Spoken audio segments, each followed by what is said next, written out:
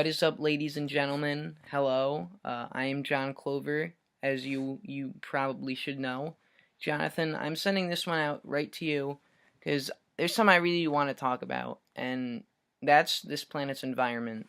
It's really been as we've been growing older, I've been hearing more and more about the climate change crisis, global warming, species extinction, polar ice caps melting, just hosts of just discouraging data and statistics about the status of our world ecosystem, our biosphere. And as I grow older, I think it's starting to take more of an effect on me because I think I found myself to be passionate about this field. I take oceanography. I've always been interested in nature and the science behind it. So I really am happy that we chose this topic as our Genius Hour project. And so for the creative synergy portion of it, I'm suggesting that we do something a little unorthodox, which I guess is the whole purpose of this, and that we create a vlog series consisting of myself and you. And what we're going to do is we're going to do challenges. We're going to each have our own respective challenge given by the other person that will relate to sustainability in modern society, and see how much damage and how much help one person can do. I think it would be something interesting to see if we can stick with it. If not, then let's not even think about that for right now. But I think we should be able to do it. We'll start off small, and we'll see if it really is all that difficult for someone to get involved. So, what I've had in store for you, I'm thinking you're a numbers guy. I know you're big on math, big on finance. I want you to create a log of your consumption, uh, of water use, air conditioning, all that kind of stuff, electricity. I want to see how much statistical data you can get on just how much you use, because I think that would be interesting to compare to the studies that we've read up about on websites such as the EPA, Environmental Protection Agency, and other websites that seem to paint this picture of society as a consumer overload. That and if that's really accurate, I pray that it's not, but I I really think that we need to check this out. I'm a little nervous for our environment, so I think this is a good way to start. Just two average Joes tackling a big problem in a small way. So we're gonna see what we can do. Uh, so as always, let's get started. What is up, John? This is Jonathan. Jonathan's in the house, and thank you for your previous video. Um, I accept your challenge for our Genius project, our creative synergy portion of our Genius project. I think it's a great idea that we do these vlogs. Basically, I'm very passionate about the subject, just like you are.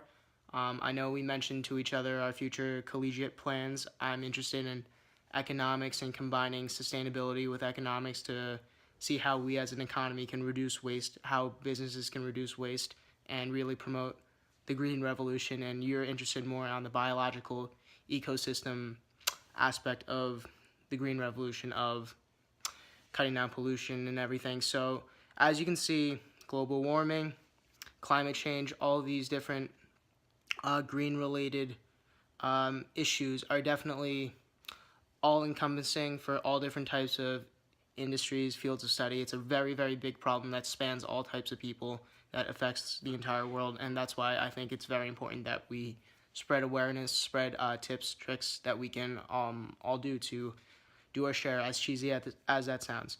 So now that we've done our research, I feel even more passionate and inclined to really spread the message. I think this vlog will help us not only um, adopt new strategies in our lives to help do our part for the green revolution, but also to spread our knowledge to our classmates. As we found out, Thomas Friedman, the author of Hot, Flat, and Crowded, speculates that it's already too late to avoid the consequences of global warming and of pollution and the human exploitation of natural resources. It's already too late. It's now a matter of damage control, of risk management. It's not whether we'll face the consequences of climate change and pollution, it is how severely we will face these consequences. And also the pure magnitude of the amounts of pollution, as you said before in your previous video, is just astonishing. So that's why I feel very inclined to spread the awareness. And also, as we research through the different techniques we could all implement in our lives, it's very easy to do small things in each of our lives. And again, we don't have to sacrifice that much convenience. So I officially accept your challenge. I think it's a great idea to keep a log of all the different things I could do to save not only energy or waste, but to save money as well. It really quantifies the work that I'm doing. And that quantification really serves as a reminder of how much of an impact I'm making, and really will motivate me to hopefully save even more in the future. And for you, I would like to give you a different challenge. There's a lot of talk of humans having a carbon footprint, that everyone leaves a footprint for Mother Earth. I think to really accentuate that idea, how about you carry a large garbage bag for the remainder of this week, just seeing how many pounds of waste that you actually generate, seeing what types of waste you actually generate, and I hope by carrying around a giant garbage bag with you, maybe that could serve as a constant reminder of how much waste you're generating. Hopefully will motivate you to cut back on the amount of waste that you're generating. Obviously, don't bring it around and flaunt it in the hallways, but as always, let's do it. We'll see you next time, and thanks for your challenge. Good luck. Hey Jonathan, what's up, man? So basically, I'm here to update you on my end of the challenge. So far today, I have basically, not even all of it, but I've saved up most of the trash that I've generated today, and it's a lot. It pretty much filled up this Hot Topic bag, which smells pretty gross right now, kind of gnarly, but it's been tough. There's a lot of, we tend to make a lot of garbage without even paying attention to it. I've really had, honestly, a decent amount of times I've just ended up throwing things in the family garbage that I haven't even it's just so subliminal, it's so subconscious, it's just part of my daily ritual, my routine, and I don't even notice myself throwing things out, which is honestly probably a big part of the problem, because people just take garbage for granted. There's something slightly undesirable, they just want to toss it out, and I do it all the time. It took me a day of trying not to throw anything out to realize that. But in this bag right here, we've got some of the waste that I produced today. Yeah. I didn't go to school today because I did not want to carry this around with me. Not like I didn't go to school. Like, we didn't have school today, I guess. It's Sunday. So, yeah. So right in here, I've got paper plate, pizza, cardboard came from that. We've got old salad bag. What else we got in here? There's a straw, some junk mail that's wet for some reason, paper bag. It's just a lot. I'm not going to dig in it anymore because the wet stuff collects at the bottom. More I don't even know what this is from. This looks like it's from my lunch. It's really just, gross stuff. But it's kind of eye-opening to see, I made all that, and that's not even all of it. And the day's not even over either. It's 7 p.m. So I still could be making a lot more stuff. And if I were to be at school, I'd probably have a bunch of papers I've thrown out, probably even more paper plates, just probably a lot of undesirable stuff that is just easier to toss than really think about, and that's a big part of the problem, I think. So let me know how you're doing with your part of the challenge. Keep on keeping on, dude.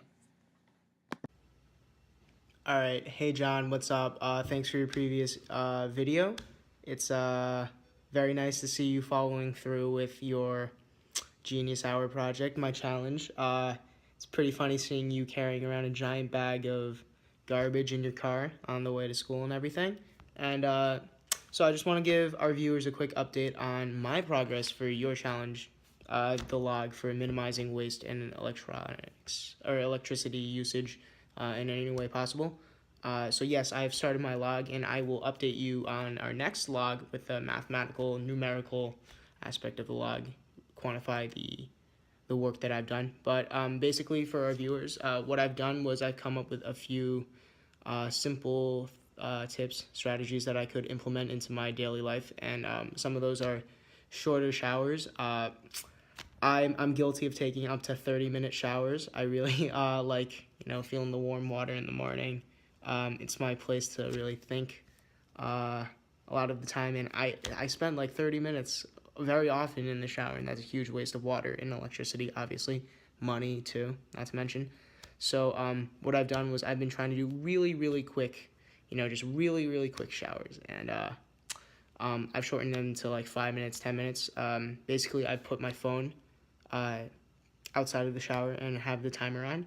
Basically, have it going counting upwards, so that basically it's my goal to have like the lowest time possible, so I could feel better when I put it in my log. I really recommend this log idea to all our viewers because it really really motivates you to do your best to save the environment. It really it's like intrinsic and extrinsic motivation with the log serving as the extrinsic motivation. It's like a reward when you write down the positive changes that you've done.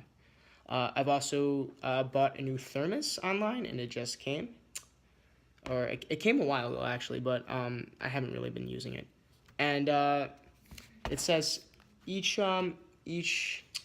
it's 750 milliliters of water, and each water bottle is 500 milliliters of water, I believe. Yes. So each thermos full of water is 1.5 bottles, basically. So for every 2 times I fill up this thermos, it's basically saving 3 water bottles. Again, I'm keeping track of how many times I'm filling up this thermos. I'll keep you updated. Other things I've done, John, as you know, we've been carpooling to school, to and from school. This is saving gas, obviously, and I'll update you on the numbers again. Aerosol products. In order to maintain this luscious head of hair, I used to use a lot of hairspray. I'm starting to not use hairspray. I'm using just liquid gels. It does the same thing, and it's actually cheaper. So again, I'll update you on that later. We used a source from Katie Lambert in our research that suggested a really good idea that both of us didn't think about, which is turning off the air conditioning at night, because when you're sleeping, you don't realize the heat as much. This works in winter too, turning off the heating at night. And again, very good strategy, very effective, saves a lot of energy. And finally, I've stopped using my agenda. It's just, small things really add up to make a big difference. I've stopped using my agenda, started using reminders on my phone, and instead, in order to save a few sheets of paper every single day. Again, it's incredibly easy. I'm not shocked by how easy it is. It's honestly, it's kind of fun. Seeing the differences you can make and really recording that and having that, seeing your log of how much you're saving. So again, next video I'll show you, I'll summarize the results of my log. So I shall see you later. Good luck with the rest of your challenge. All right, Jonathan, I'm here with my final installment of our vlog series about the environment and ecological sustainability and such. Today was another day of basically logging my waste, seeing how much I produced. I do not have the bag with me. I actually threw it out a few hours ago because I couldn't keep up with it. It was getting obscene, and I was also embarrassed to carry it around. But I basically noticed a lot of papers. It was honestly probably 90% paper products, cardboard, or a decent amount of wrappers, and a little bit of food scraps. But honestly, not many plastics, which I was kind of surprised about. I thought Like when I think of garbage, I usually think of a lot of empty bottles, but I didn't find much of those, which was pretty good, I guess. And I also want to say good on you, by the way, for not creating much garbage. That's impressive. I kind of wish I did that one instead of you, because you gross yourself out carrying this stuff around. And like, I guess that's how I'm supposed to feel with the state of our environment. That's probably what it's supposed to feel like. I probably should be disgusted, but it's just such a part of our culture, this consumerism that we just use and use. And I don't know. It's kind of sad, I guess, but it's so ingrained in me. I mean, this is showing me a lot. I'm definitely trying, and I think I'm gonna be able to take steps to reduce my impact here. But yeah, it's tough. It really is tough. Just thinking about how much stuff I normally throw out. It's bizarre. It's a lot. It would be a lot easier just to throw it out and not look back. But it's almost like in A Christmas Carol with Scrooge when that one ghost, when Jacob Marley has the chain attached to him, because then Jacob Marley's like, oh yeah, this is the chain I forged in life because all the bad things I did. I don't know if you saw this movie, but I bet people in the class might have. But yeah, anyway, it's basically you have to live with the weight of what you did. So I bet this was kind of like me living with the weight of my waste. So, I'm happy I did it, I guess. It was interesting, but I am not happy because now I feel that awareness, and now I'm going to really have to start watching what I do. So, thanks a lot, Jay-Song. Can't wait to see how you're progressing. And everyone in class, I just want to tell you to watch what you do with the environment. We only have one Earth, and we gotta cherish it. All right, peace out. Thank you. What's up, John? Thanks for your last vlog. I'm really glad you were able to implement such change, do such positive, have such a positive impact on your life and the Earth, of course. Great moves. Keep it up. We're all proud of you.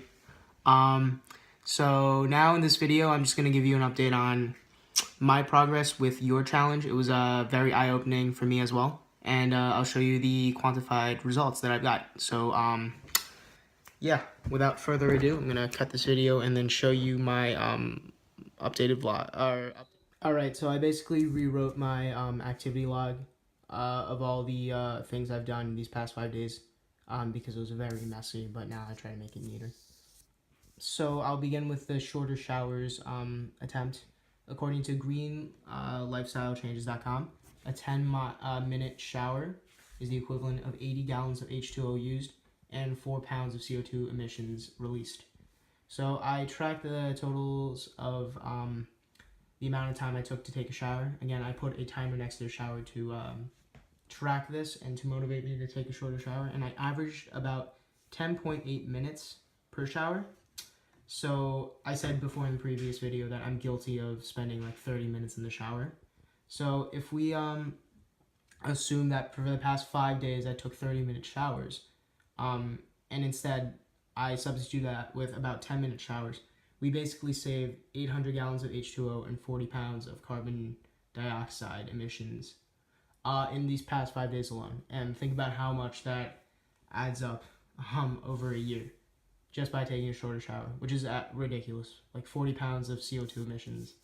40 pounds is like a quarter of a high school boy, to put that in perspective. So my thermos is 750 milliliters, as I said before, and a normal plastic bottle is 500 milliliters. So I tracked through the 5 days how many refills of my thermos that I used, and I refilled my thermos about 15.5 times this past 5 days. That is 23.25 bottles saved, and then about 1,700 bottles saved per year. So again, that's a huge number for just one person to save in a year. That's crazy. And again, like I'm using the public like water fountains. I don't have to go out and buy plastic bottles. It's actually very cost efficient. So again, it's not very inconvenient. It's actually very convenient having a thermos because I could always just refill it.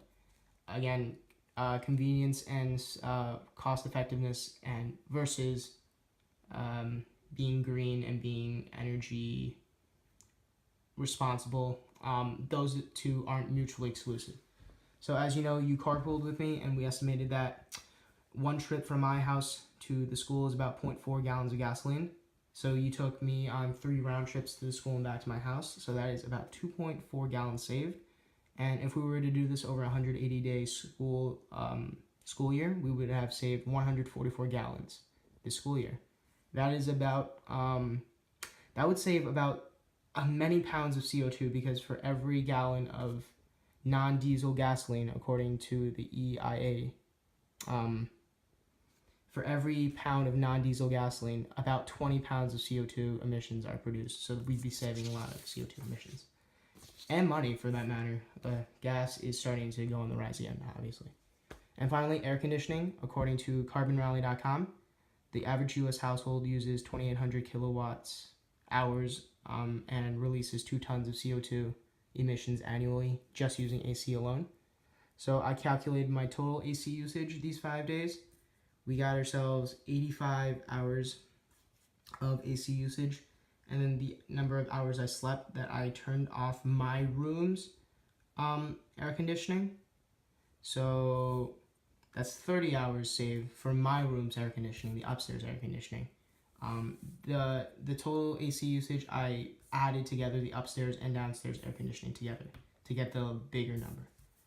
So basically, out of the 85 hours of air conditioning usage for both my upstairs and downstairs air conditioning machine, we saved 30 hours using just my upstairs air conditioning machine. That is about 35% of our total AC usage. So using that 35%, multiplying that by the original estimate annually, we would have saved about 1,000 kilowatt hours and 0.7 tons of CO2 emissions.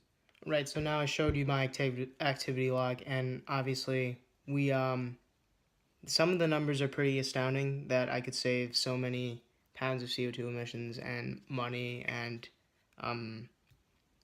gallons of gasoline, plastic bottles, and over time, like over a single year, these small differences really add up. I remember reading in English class, we read a poem called The Little Differences. It was like about socioeconomic background and how little differences really add up over time in terms of opportunity. And I guess this also relates to our topic. These little differences that we make in our lives really do add up. But again, just not to be overly optimistic, our environment, as our research shows, is already projects the environment in a very dismal state. So I just want to say that it's very easy to adopt these changes, and everyone should go for it. And a single person can't really enact too much change, but if we get a lot of people together over time, we can start offsetting the damage we've already done. So great work, Sean, and see ya.